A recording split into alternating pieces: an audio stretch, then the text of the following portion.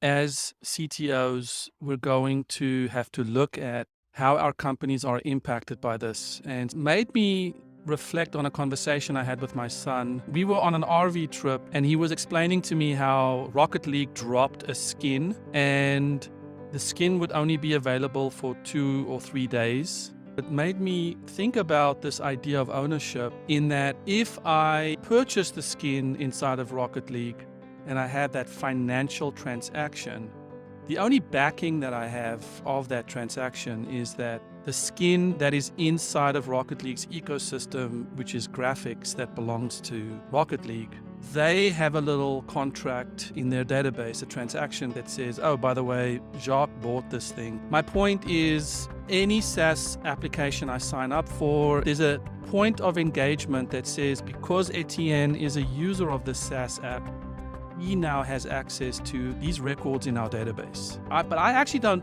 own that data. I am told that I own it, but I don't. It's not literally on a disk drive in my pocket. And now my second track is SOC 2 says, hey, before I do business with you, I need some insights into how you do business. So now B2B organizations are starting to insist that I'm not just going to believe that you do business in a way that is not going to screw me over. I now need to see proof, an audited report of how you do business. What if the consumer starts coming and saying, listen, I don't want you to tell me that I own my skin to the rocket car. I need to know that I own it. Hey, SaaS company, I don't care if you tell me that my account has been upgraded to the pro level because my $30 went through. That's not proof enough anymore, because now I'm relying on customer service. I'm relying on the contingency of employees.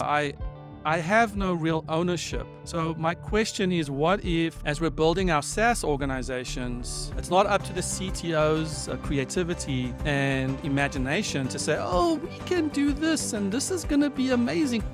But what if, like with SOC 2, where if you want to do business, you have to do SOC 2?